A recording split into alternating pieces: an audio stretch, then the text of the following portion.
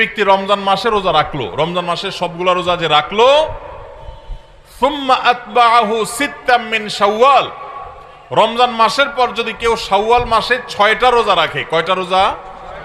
6টা রোজা রাখে। কোন মাসে? শাওয়াল মাসে, যে মাসটা চলছে। তাহলে কি হবে? কানা কাসিয়ামিদ দাহর, তাহলে সে সারা বছর রোজা রাখার সওয়াব পাবে। আপনি 30টা পাইছেন, 30টা রাখছেন, এক মাস রমজান মাসের সওয়াব পাইছেন। সাথে আর শুধু 6টা প্লাস করলে অফার হলো 12 মাস রোজা রাখলে যে পরিমাণ সওয়াব পাইতেন আপনার অ্যাকাউন্টে আল্লাহ সেই পরিমাণ সওয়াব জমা করে দিবেন। তাহলে কোনো বুদ্ধিমান মানুষের শাওয়ালে 6 রোজা রাখা ছাড়া উচিত না। অনেক উলামা একরাম এই হাদিসকে ব্যাখ্যা করেছেন এইভাবে যে আল্লাহ রাব্বুল আলামিন সাধারণত নেক আমলগুলোকে 10 গুণ পর্যন্ত বাড়িয়ে দেন, কোন কোন ক্ষেত্রে আরো বেশি, দানের ক্ষেত্রে 700 গুণ আল্লাহ বাড়িয়ে দেন, কাউকে কাউকে হিসেব ছাড়া দেন। এই যে সাধারণত আল্লাহ তাআলা নেক আমল করলে কয় গুণ বাড়িয়ে দেন? 10 গুণ। কয় গুণ বাড়িয়ে দেন ভাই? 10 গুণ। তো আমরা রমজান মাসে রোজা রাখি, সাধারণত সারা মাস 30 হয় সর্বোচ্চ, কখনো কখনো 29 হয়, 30 বেশি তো আর হয় না। তাহলে 30 হলে 30টা রোজা আমরা রমজান মাসে রাখলাম, আর শাওয়ালে যদি 6টা রাখি তাহলে কয়টা হয়? 36 রোজাকে যদি আপনি 10 দিয়ে গুণ দেন সমান সমান কত হবে? 360। সারা বছরের হিসাব পাইছেন ভাইরা আমার। এই জন্য আল্লাহ রাব্বুল আলামিন আমাদেরকে সারা বছর রোজার সওয়াব দিবেন। শুধু রমজান রোজা রাখলে সারা বছর রোজার সওয়াব পাবেন না। রমজানে 30টা রাখতে পারছেন, সাথে আর শুধুমাত্র 6টা যদি প্লাস করতে পারেন এই মাসে, শাওয়াল মাসে, তাহলে এই 6টার কারণে ওই 30টা আর 6টা সব মিলিয়ে আপনি সারা বছর রোজা সওয়াব পেয়ে যাবেন ইনশাআল্লাহ। চেষ্টা করা যাবে না ইনশাআল্লাহ? আল্লাহ আমাদের সবাইকে তৌফিক দান করুন। এই শাওয়ালের 6 রোজা নিয়ে আমাদের মা বোনদের একটা কমন প্রশ্ন আছে, অনেক ভাইদেরও কমন প্রশ্ন আছে। সেটা হলো যে কারোর যদি ভাঙতি রোজা থাকে, কাজা রোজা থাকে, যে গত রমজানে আপনি হয়তো অসুস্থতার কারণে 2টা রোজা রাখতে পারেন না, 4টা রোজা ভাঙা পড়ছে, কোনো মা বোন মাসিকের কারণে তার কয়টা রোজা, 7টা 8টা রোজা বা 10টা রোজা 5টা রোজা তার ভাঙতি পড়ছে, এই রোজাগুলো তিনি আগে রাখবেন নাকি শাওয়ালের 6 রোজা আগে রাখবেন? এটা হলো প্রশ্ন। এই প্রশ্নের উত্তর হলো অবশ্যই রমজানের রোজাগুলো আগে রেখে তারপরে শাওয়ালের 6 রোজা রাখতে পারলে বেশি উত্তম। কারণ নবী সাল্লাল্লাহু আলাইহি সাল্লামের হাদিসে আমরা দেখি তিনি বলেছেন, যে ব্যক্তি রমজানের রোজা রাখলো এরপরে শাওয়ালের 6 রোজা রাখলো তার জন্য ফজিলত হলো সারা বছর রোজা সওয়াব। তাহলে আগে রমজানের গুলো শেষ করে তারপরে শাওয়ালের 6 রোজা রাখতে পারলে বেশি ভালো। কিন্তু যদি কোনো মা বোন বা কোনো ভাই তার মনে হয় যে না, ভাঙতি রোজাগুলো রেখে তারপরে আবার শাওয়ালের 6 রোজা রাখা আমার জন্য কঠিন হবে, গড়ে 10-15টা রোজা রাখতে এক মাসে আমার জন্য চাপ হয়ে যাবে, তাহলে যে কোনো একটা অপশন যদি বেছে নিতে হয় তাহলে আমি বলবো অবশ্যই আপনি শাওয়ালের 6 রোজা, যেহেতু শাওয়ালের পরে আর প্রযোজ্য হবে না, এর সব শাওয়ালের পরে আর পাবেন না, এই জন্য শাওয়ালের গুলো আগে রেখে ফেলেন এবং কাজাগুলো যদি পরে রাখেন ইনশাআল্লাহ আপনি পরিপূর্ণ সওয়াব পেয়ে যাবেন। তবে আগে যদি রমজানগুলো শেষ করতে পারেন সেটা বেশি উত্তম, সেটা বলাই বাহুল্য। তাহলে শাওয়ালের 6 রোজা রাখবো তো ইনশাআল্লাহ। আপনার যেদিন সুবিধা হয় সেদিন রাখেন, এক নাগাড়ে রাখা জরুরি না। শাওয়ালের 6 রোজা রাখা এটা নিয়ম হলো সারা মাসের ভিতর রাখলেই হবে, শাওয়াল মাস শেষ আর হবে না, শাওয়ালের ভিতরে 6টা রোজা রাখি শেষ করতে হবে। এই জন্য আপনি ধারাবাহিক টানা রাখতে হবে এমন কোনো কথা নেই। আপনি আজকে একটা রাখেন, আবার 5 দিন গ্যাপ দিয়ে একটা রাখেন, আপনার একটু কাজের চাপ যেদিন কম সেদিন রাখেন, আপনার যেদিন সুবিধা হয় সেদিন রাখেন, বদ্ধের দিন ধরে ধরে ধরে রাখেন, তাহলে আপনি যে কোনোভাবে 6টা রোজা রাখলেই হবে। সবাই চেষ্টা করবো না ইনশাআল্লাহ? আল্লাহ আমাদের সবাইকে আমলের তৌফিক দান করুন। ভাইরা আমার, তাহলে রমজানের আমলের চেষ্টা, রমজানের ইবাদত, রমজানের নামাজ, রমজানের রোজা, রমজানের তিলাওয়াত, রমজানের দান সদকা, এগুলো শুধু রমজানেই সীমাবদ্ধ নাকি রমজানের পরেও করা লাগবে? লাগবে কি লাগবে না? অতএব মসজিদে রমজানের পরে যেতে হবে কি হবে না? সবাই যাবো তো ইনশাআল্লাহ? আল্লাহর ঘরের দিকে যাবো তো ইনশাআল্লাহ? আপনার লাভ, আল্লাহর কোনো ঠেকা নাই ভাই।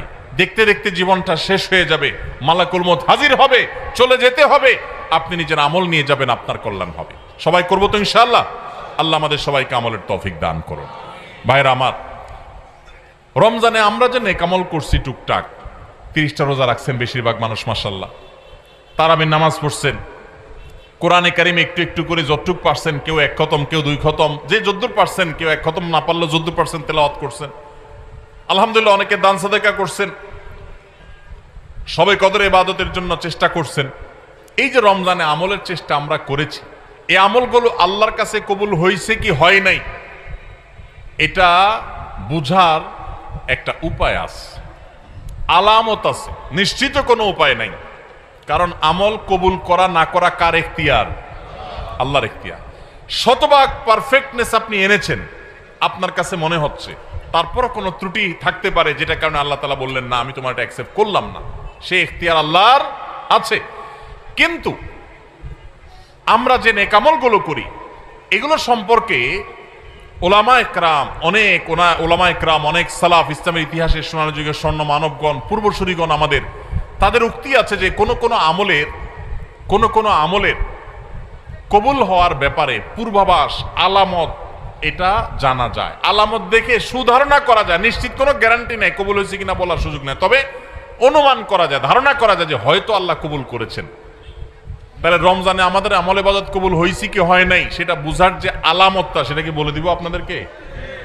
তাহলে একটু মাপে নিলেন যে আপনার আমলটা কবুল হলো কি হলো না, চেষ্টা করলেন, উৎসাহিত হলেন, অনুপ্রাণিত হলেন। বলবো আমি সেটা ভাইরা আমার, সেটা হলো, সে আলামতটা হলো রমজানে যে আমলগুলো করেছেন, শুধু রমজানের জন্য এটা কথা না, সারা বছরের জন্য প্রযোজ্য। কোনো আমল করার পর সে আমলটা যদি আপনি ধারাবাহিকভাবে করতে পারেন, কন্টিনিউয়াসলি করতে পারেন, বারবার করতে পারেন, একাধিকবার করতে পারেন, ওইটার ধারা যদি ধরে রাখতে পারেন, তাহলে আপনি আল্লাহর ব্যাপারে সুধারণা করতে পারেন আল্লাহ আপনার আগেরটা কবুল করেছেন, এই জন্য পরে আবার করার তৌফিক দিয়েছেন।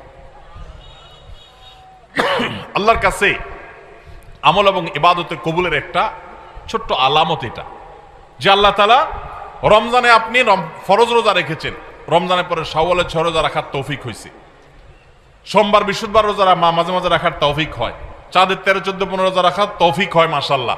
তাহলে আপনি সুধারণা করতে পারেন আমার রমজান রোজা আল্লাহ কবুল করেছেন, সম্ভবত, নিশ্চিত না, হয়তো আল্লাহ কবুল করেছেন, সেজন্য আমাকে ওইটা আবার নতুন করে করার তৌফিক দিয়েছেন। রমজানে আপনি তারাবির নামাজ পড়েছেন, রমজানের বাইরে 5 ওয়াক্ত নামাজ ধরে রাখছেন, তাহাজ্জুদ মাঝে মধ্যে পড়ার চেষ্টা করেন, হিম্মত করেন, নিয়ত করেন, সুধারণা করতে পারেন আল্লাহ হয়তো আমার রমজানেরটা কবুল করেছেন। কারণ আল্লাহর পদ্ধতি হলো কোন আমল করার পর বান্দা সে আমলটা যদি আল্লাহ অ্যাকসেপ্ট করেন, ওই আমলটা বান্দাকে নিয়মিত করার সুযোগ দেন, তৌফিক দেন। এটা দেখে আন্দাজ করা যায় যে হয়তো আল্লাহ তাআলা আমল কবুল করেছেন। আর রমজানের আমল রমজানেই শেষ, একেবারে প্যাক করে ফেলছেন, আর আমলের ধারে কাছে যান নাই, তাহলে লক্ষণ খারাপ।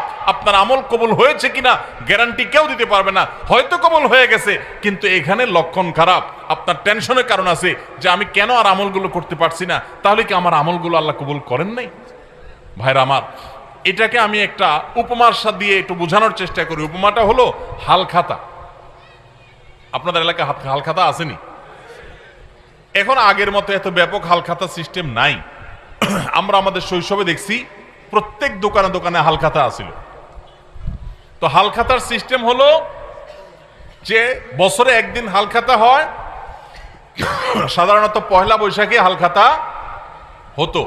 এখন হালখাতা না, এখন পান্তা ইলিশ। হালখাতার জায়গা দখল করে ফেলছে কিসে? পান্তা ইলিশে।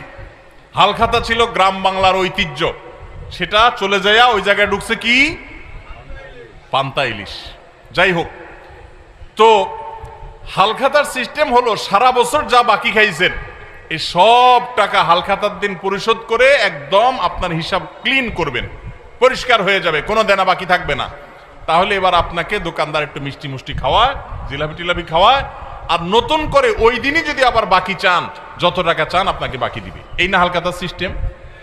আর যদি আগের টাকা বাকি না দেন, এই আগের টাকা পরিশোধ না করেন, কিছু দিয়া আর বলেন যে ঠিক আছে বাকিটা দেবো, এখন আবার নতুন করে বাকি দেন, তো হালখাতার শরীয়তে, হালখাতার নিয়মে ওইটা কিন্তু গ্রহণ হবে না।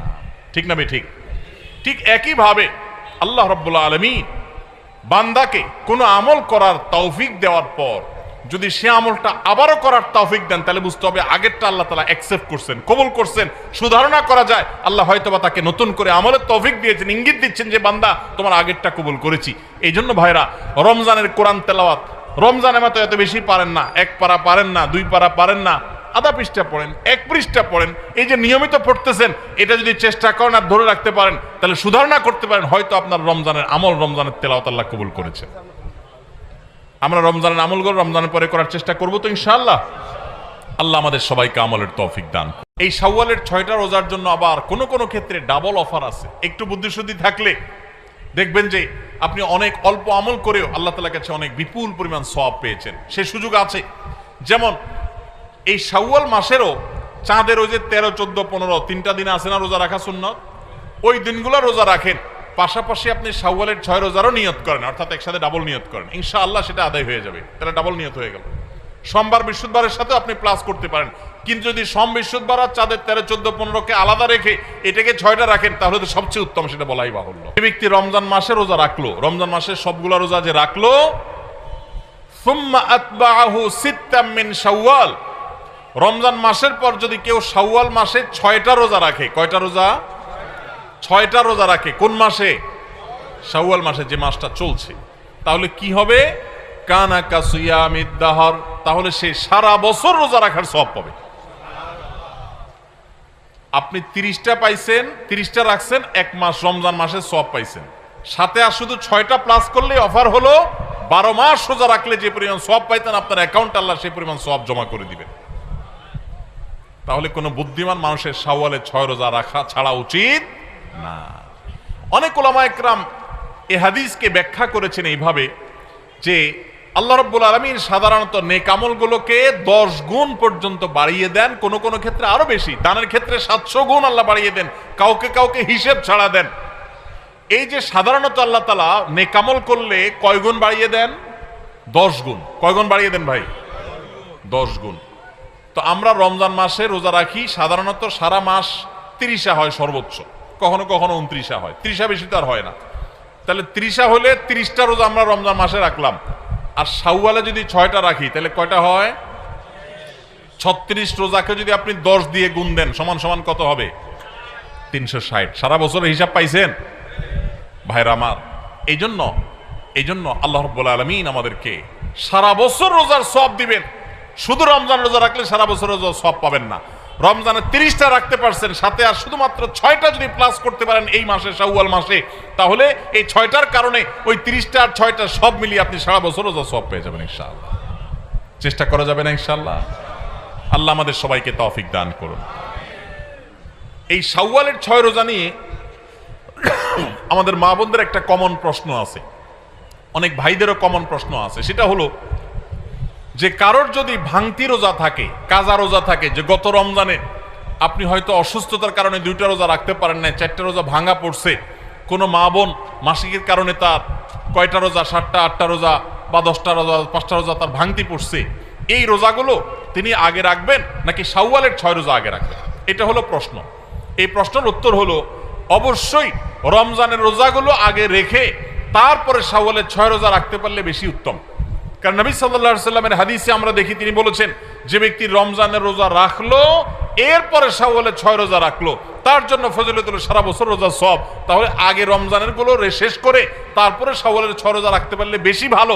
কিন্তু যদি কোনো মা বোন বা কোনো ভাই তার মনে হয় যে না, ভাঙতি রোজাগুলো রেখে তারপরে আবার শাওয়ালের 6 রোজা রাখা আমার জন্য কঠিন হবে, গড়ে 10-15টা রোজা রাখতে এক মাসে আমার জন্য চাপ হয়ে যাবে, তাহলে যে কোনো একটা অপশন যদি বেছে নিতে হয় তাহলে আমি বলবো অবশ্যই আপনি শাওয়ালের 6 রোজা, যেহেতু শাওয়ালের পরে আর প্রযোজ্য হবে না, এর সব শাওয়ালের পরে আর পাবেন না, এজন্য শাওয়ালের গুলো আগে রেখে ফেলেন এবং কাজাগুলো যদি পরে রাখেন ইনশাআল্লাহ আপনি পরিপূর্ণ সওয়াব পেয়ে যাবেন। তবে আগে যদি রমজানগুলো শেষ করতে পারেন সেটা বেশি উত্তম, সেটা বলাই বাহুল্য। তাহলে শাওয়ালের 6 রোজা রাখবো তো ইনশাআল্লাহ। আপনার যেদিন সুবিধা হয় সেদিন রাখেন, এক নাগাড়ে রাখা জরুরি না। শাওয়ালের 6 রোজা রাখা এটা নিয়ম হলো সারা মাসের ভিতর রাখলেই হবে, শাওয়াল মাস শেষ আর হবে না, শাওয়ালের ভিতরে 6টা রোজা রাখি শেষ করতে হবে। এই জন্য আপনি ধারাবাহিক টানা রাখতে হবে এমন কোনো কথা নেই। আপনি আজকে একটা রাখেন, আবার 5 দিন গ্যাপ দিয়ে একটা রাখেন, আপনার একটু কাজের চাপ যেদিন কম সেদিন রাখেন, আপনার যেদিন সুবিধা হয় সেদিন রাখেন, বদ্ধের দিন ধরে ধরে ধরে রাখেন, তাহলে আপনি যে কোনোভাবে 6টা রোজা রাখলেই হবে। সবাই চেষ্টা করবো না ইনশাআল্লাহ? আল্লাহ আমাদের সবাইকে আমলের তৌফিক দান করুন। ভাইরা আমার, তাহলে রমজানের আমলের চেষ্টা, রমজানের ইবাদত, রমজানের নামাজ, রমজানের রোজা, রমজানের তিলাওয়াত, রমজানের দান সদকা, এগুলো শুধু রমজানেই সীমাবদ্ধ নাকি রমজানের পরেও করা লাগবে? লাগবে কি লাগবে না? অতএব মসজিদে রমজানের পরে যেতে হবে কি হবে না? সবাই যাবো তো ইনশাআল্লাহ? আল্লাহর ঘরের দিকে যাবো তো ইনশাআল্লাহ? আপনার লাভ। আল্লাহর কোনো ঠেকা নাই ভাই। দেখতে দেখতে জীবনটা শেষ হয়ে যাবে, মালাকুল মউত হাজির হবে, চলে যেতে হবে, আপনি নিজের আমল নিয়ে যাবেন, আপনার কল্যাণ হবে। সবাই করবো তো ইনশাআল্লাহ? আল্লাহ আমাদের সবাইকে আমলের তৌফিক দান করুন। ভাইরা আমার, রমজানে আমরা যে নেক আমল করছি টুকটাক, 30টা রোজা রাখছেন বেশিরভাগ মানুষ মাশাআল্লাহ, তারাবির নামাজ পড়ছেন, কোরআনে কারিম একটু একটু করে যতটুক পারছেন, কেউ 1 খতম, কেউ 2 খতম, যে যদ্দুর পারছেন, কেউ 1 খতম না পারলে যদ্দুর পারছেন তেলাওয়াত করছেন, আলহামদুলিল্লাহ। অনেকে দান সাদাকা করছেন, সবে কদর ইবাদতের জন্য চেষ্টা করছেন। এই যে রমজানে আমলের চেষ্টা আমরা করেছি, এই আমলগুলো আল্লাহর কাছে কবুল হয়েছে কি হয় নাই, এটা বুঝার একটা উপায় আছে, আলামত আছে, নিশ্চিত কোনো উপায় নাই। কারণ আমল কবুল করা না করা কার এখতিয়ার? আল্লাহর এখতিয়ার। শতভাগ পারফেক্টনেস আপনি এনেছেন, আপনার কাছে মনে হচ্ছে, তারপরও কোনো ত্রুটি থাকতে পারে, যেটা কারণে আল্লাহ তাআলা বললেন না আমি তোমার এটা অ্যাকসেপ্ট করলাম না, সে এখতিয়ার আল্লাহর আছে। কিন্তু আমরা যে নেক আমলগুলো করি, এগুলো সম্পর্কে ওলামায়ে কেরাম অনেক সালাফ, ইসলামের ইতিহাসের সোনালী যুগের স্বর্ণ মানবগণ, পূর্বসূরীগণ আমাদের, তাদের উক্তি আছে যে কোন কোন আমলের কবুল হওয়ার ব্যাপারে পূর্বাভাস, আলামত, এটা জানা যায়। আলামত দেখে সুধারণা করা যায়, নিশ্চিত কোনো গ্যারান্টি নেই কবুল হয়েছে কিনা বলার সুযোগ নেই, তবে অনুমান করা যায়, ধারণা করা যায় যে হয়তো আল্লাহ কবুল করেছেন। তাহলে রমজানে আমাদের আমল ইবাদত কবুল হয়েছে কি হয় নাই, সেটা বুঝার যে আলামতটা, সেটা কি বলে দিব আপনাদেরকে? তাহলে একটু মাপে নিলেন যে আপনার আমলটা কবুল হলো কি হলো না, চেষ্টা করলেন, উৎসাহিত হলেন, অনুপ্রাণিত হলেন। বলবো আমি সেটা? ভাইরা আমার, সেটা হলো, সে আলামতটা হলো রমজানে যে আমলগুলো করেছেন, শুধু রমজানের জন্য এটা কথা না, সারা বছরের জন্য প্রযোজ্য। কোনো আমল করার পর সে আমলটা যদি আপনি ধারাবাহিকভাবে করতে পারেন, কন্টিনিউয়াসলি করতে পারেন, বারবার করতে পারেন, একাধিকবার করতে পারেন, ওইটার ধারা যদি ধরে রাখতে পারেন, তাহলে আপনি আল্লাহর ব্যাপারে সুধারণা করতে পারেন, আল্লাহ আপনার আগেরটা কবুল করেছেন, এই জন্য পরে আবার করার তৌফিক দিয়েছেন। আল্লাহর কাছে আমল এবং ইবাদতে কবুলের একটা ছোট্ট আলামত এটা, যে আল্লাহ তাআলা রমজানে আপনি ফরজ রোজা রেখেছেন, রমজানের পরে শাওয়ালে 6 রোজা রাখার তৌফিক হয়েছে, সোমবার বৃহস্পতিবার রোজা মাঝে মাঝে রাখার তৌফিক হয়, চাঁদের 13, 14, 15 রোজা রাখার তৌফিক হয় মাশাআল্লাহ। তাহলে আপনি সুধারণা করতে পারেন আমার রমজান রোজা আল্লাহ কবুল করেছেন, সম্ভবত, নিশ্চিত না, হয়তো আল্লাহ কবুল করেছেন, সেজন্য আমাকে ওইটা আবার নতুন করে করার তৌফিক দিয়েছেন। রমজানে আপনি তারাবির নামাজ পড়েছেন, রমজানের বাইরে 5 ওয়াক্ত নামাজ ধরে রাখছেন, তাহাজ্জুদ মাঝে মধ্যে পড়ার চেষ্টা করেন, হিম্মত করেন, নিয়ত করেন, সুধারণা করতে পারেন আল্লাহ হয়তো আমার রমজানেরটা কবুল করেছেন। কারণ আল্লাহর পদ্ধতি হলো, কোন আমল করার পর বান্দা সে আমলটা যদি আল্লাহ অ্যাকসেপ্ট করেন, ওই আমলটা বান্দাকে নিয়মিত করার সুযোগ দেন, তৌফিক দেন। এটা দেখে আন্দাজ করা যায় যে হয়তো আল্লাহ তাআলা আমল কবুল করেছেন। আর রমজানের আমল রমজানেই শেষ, একেবারে প্যাক করে ফেলছেন, আর আমলের ধারে কাছে যান নাই, তাহলে লক্ষণ খারাপ। আপনার আমল কবুল হয়েছে কিনা গ্যারান্টি কেউ দিতে পারবে না, হয়তো কবুল হয়ে গেছে, কিন্তু এখানে লক্ষণ খারাপ। আপনার টেনশনের কারণ আছে যে আমি কেন আর আমলগুলো করতে পারছি না, তাহলে কি আমার আমলগুলো আল্লাহ কবুল করেন নাই? ভাইরা আমার, এটাকে আমি একটা উপমার সাথে দিয়ে একটু বোঝানোর চেষ্টা করি। উপমাটা হলো হালখাতা। আপনাদের এলাকায় হালখাতা আসেনি? এখন আগের মতো এত ব্যাপক হালখাতা সিস্টেম নাই। আমরা আমাদের শৈশবে দেখছি প্রত্যেক দোকানে দোকানে হালখাতা আছিল। তো হালখাতার সিস্টেম হলো যে বছরে একদিন হালখাতা হয়, সাধারণত পয়লা বৈশাখে হালখাতা হতো। এখন হালখাতা না, এখন পান্তা ইলিশ। হালখাতার জায়গা দখল করে ফেলছে কিসে? পান্তা ইলিশে। হালখাতা ছিল গ্রাম বাংলার ঐতিহ্য, সেটা চলে যায় ওই জায়গায় ঢুকছে কি? পান্তা ইলিশ। যাই হোক, তো হালখাতার সিস্টেম হলো সারা বছর যা বাকি খাইছেন এই সব টাকা হালখাতার দিন পরিশোধ করে একদম আপনার হিসাব ক্লিন করবেন, পরিষ্কার হয়ে যাবে, কোনো দেনা বাকি থাকবে না। তাহলে এবার আপনাকে দোকানদার একটু মিষ্টি মুষ্টি খাওয়ায়, জিলাপি টিলাপি খাওয়ায়, আর নতুন করে ওই দিনই যদি আবার বাকি চান, যত টাকা চান আপনাকে বাকি দিবে। এই না হালখাতার সিস্টেম? আর যদি আগের টাকা বাকি না দেন, এই আগের টাকা পরিশোধ না করেন, কিছু দিয়া আর বলেন যে ঠিক আছে বাকিটা দিব, এখন আবার নতুন করে বাকি দেন, তো হালখাতার শরীয়তে, হালখাতার নিয়মে ওইটা কিন্তু গ্রহণ হবে না। ঠিক না বে? ঠিক। ঠিক একইভাবে আল্লাহ রাব্বুল আলামিন বান্দাকে কোনো আমল করার তৌফিক দেওয়ার পর যদি সে আমলটা আবারও করার তৌফিক দেন, তাহলে বুঝতে হবে আগেরটা আল্লাহ তাআলা অ্যাকসেপ্ট করছেন, কবুল করছেন। সুধারণা করা যায় আল্লাহ হয়তোবা তাকে নতুন করে আমলের তৌফিক দিয়েছেন, ইঙ্গিত দিচ্ছেন যে বান্দা তোমার আগেরটা কবুল করেছি। এই জন্য ভাইরা, রমজানের কোরআন তেলাওয়াত, রমজানের মতো এত বেশি পারেন না, 1 পারা পারেন না, 2 পারা পারেন না, আধা পৃষ্ঠা পড়েন, 1 পৃষ্ঠা পড়েন। এই যে নিয়মিত পড়তেছেন, এটা যদি চেষ্টা করেন আর ধরে রাখতে পারেন, তাহলে সুধারণা করতে পারেন হয়তো আপনার রমজানের আমল, রমজানের তেলাওয়াত আল্লাহ কবুল করেছেন। আমরা রমজানের আমলগুলো রমজানের পরে করার চেষ্টা করব তো ইনশাআল্লাহ। আল্লাহ আমাদের সবাইকে আমলের তৌফিক দান করুন। সুপ্রিয় দর্শক শ্রোতা ভাই বোন, আজ আমরা কথা বলবো রমাদানের ভাঙতি রোজা বা কাজা সিয়ামগুলোর রাখার ক্ষেত্রে ইসলামী শরিয়ার বিধিবিধান কি, মাসাইল কি, সে প্রসঙ্গে। কোরআনে কারিমে আল্লাহ সুবহানাহু ওয়া তাআলা সূরা বাকারার 184 নম্বর আয়াতে বলেছেন, ফামান কানা মিনকুম মারিদান আও আলা সাফারিন ফাইদ্দাতুম মিন আইয়ামিন উখর। তোমাদের মধ্য থেকে কেউ যদি রমাদান মাসে অসুস্থতাজনিত কারণে রোজা রাখতে না পারেন, অথবা সফরে ছিলেন সেই কারণে রোজা রাখতে না পারেন, তাহলে সেই রোজাগুলো রমাদানের পরে অন্য সময় তাকে রেখে দিতে হবে। এই অন্য সময় রেখে দেওয়ার ক্ষেত্রে বিশেষ কোনো নীতিমালা আমাদেরকে ফলো করতে হবে কিনা, সে বিষয়ে আজ আমরা কথা বলবো 5টি প্রশ্নোত্তরের মাধ্যমে। সর্বপ্রথম যে প্রশ্ন উত্তর দিতে চাই তা হলো, রমাদানের ভাঙতি রোজা বা কাজা সিয়ামগুলো আমরা যখন আদায় করব রমাদানের পরে, তখন সেগুলোকে ধারাবাহিকভাবে রাখতে হবে নাকি গ্যাপ দিয়ে দিয়েও আমরা রাখতে পারবো? এই প্রশ্নের উত্তর হলো, ধারাবাহিকভাবে এক নাগাড়ে রমাদানের কাজা সিয়ামগুলো রাখা জরুরি নয়, বরং আমরা চাইলে সেগুলোকে গ্যাপ দিয়ে দিয়ে রাখতে পারবো। তবে খুব বেশি গ্যাপ দিয়ে, খুব বেশি সময় নিয়ে বিলম্ব করে রাখা উচিত নয়, যেহেতু এখানে দায় মুক্তির ব্যাপার রয়েছে, আমাদের কার কখন মৃত্যু আসে আমরা জানি না, সেজন্য খুব দ্রুত এগুলো রেখে ফেলা উত্তম। তবে কেউ যদি চান আজ একটা রাখলেন, 2 দিন পরে আবার আরেকটা রাখলেন, বা 5 দিন পরে আরেকটা রাখলেন, এভাবে ভেঙে ভেঙেও তিনি রাখতে পারবেন।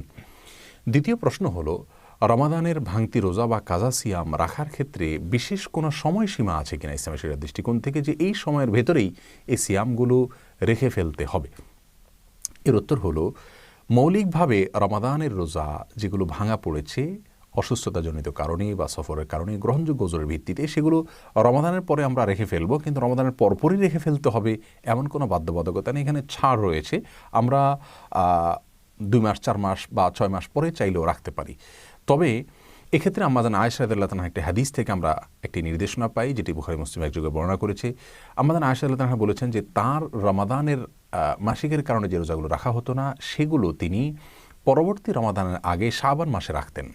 এতটা দেরি করতেন কারণ রাসূল আকরাম সাল্লাল্লাহু আলাইহি ওয়াসাল্লাম তার সঙ্গে বসবাস করতেন, তার অধিকার এর প্রতি খেয়াল রেখে তিনি বিলম্ব করতেন, এবং পরবর্তী রমাদানের আগে যে শাবান মাস, সেখানে রাসূল আকরাম সাল্লাল্লাহু আলাইহি ওয়াসাল্লাম প্রচুর পরিমাণে নফল রোজা রাখতেন, এই ফাঁকে তিনি তার ফরজ রোজাগুলো রেখে দিতেন। এই হাদিসের ভিত্তিতে উলামায়ে কেরাম বলে থাকেন যে এক রমজানের রোজা কাজা করার জন্য বিলম্ব করতে করতে পরবর্তী রমজানের আগ পর্যন্ত বিলম্ব করা যেতে পারে, কিন্তু শরীয়ত গ্রাহ্য ওজর ছাড়া পরবর্তী রমাদানও যদি ক্রস করে যায়, তবুও আগের রমজান রোজা কাজা রয়ে গেছে, আদায় করা হয়নি, তাহলে সেক্ষেত্রে এটি অন্যায় হবে, এটি গুনাহ হবে।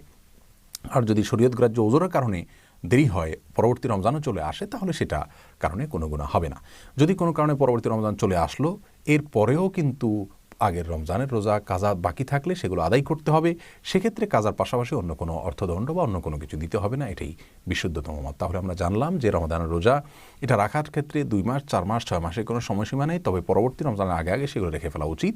কোনো গ্রহণযোগ্য ওজর ছাড়া পরবর্তী রমজানের পরে বিলম্ব করা জায়েজ নয়, সঠিক নয়, উচিত নয়। তৃতীয় প্রশ্ন হলো, রমাদানের ভাঙতি রোজা বা কাজা সিয়াম এগুলো আমরা যখন রাখবো, তখন এর পাশাপাশি অন্য কোনো কিছু করতে হবে কিনা? যেমন রমাদানে আমরা তারাবি পড়ি, আবার রোজাও রাখি, তাহলে রমজানের কাজা আদায় করতে গেলে রাতে তারাবি পড়ে তারপর রোজা রাখতে হবে কিনা? এর উত্তর হলো না।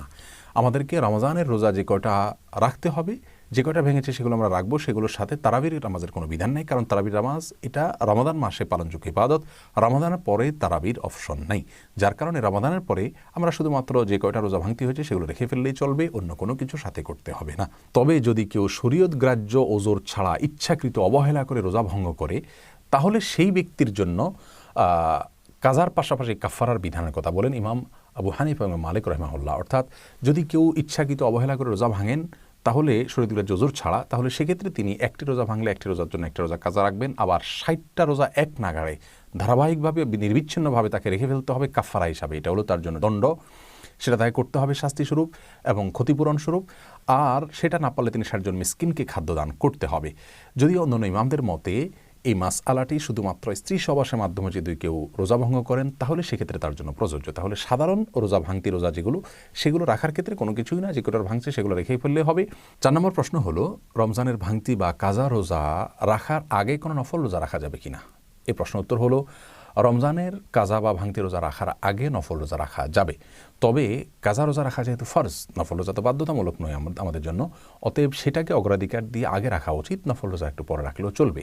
কিন্তু কোনো কারণে যদি সেটাকে বিলম্ব করেন অর্থাৎ ফরজ কাজা রোজাকে এবং এর আগে নফল রোজা রাখেন তাহলে এটা জায়েজ হবে। বিশেষ করে শাওয়ালের 6 রোজা সম্পর্কে অনেকে জানতে চান যে শাওয়ালের 6 রোজা এটা আমরা যদি রমজানের ফরজ ভাঙতি রোজা রাখার আগে রাখি তাহলে জায়েজ হবে কিনা।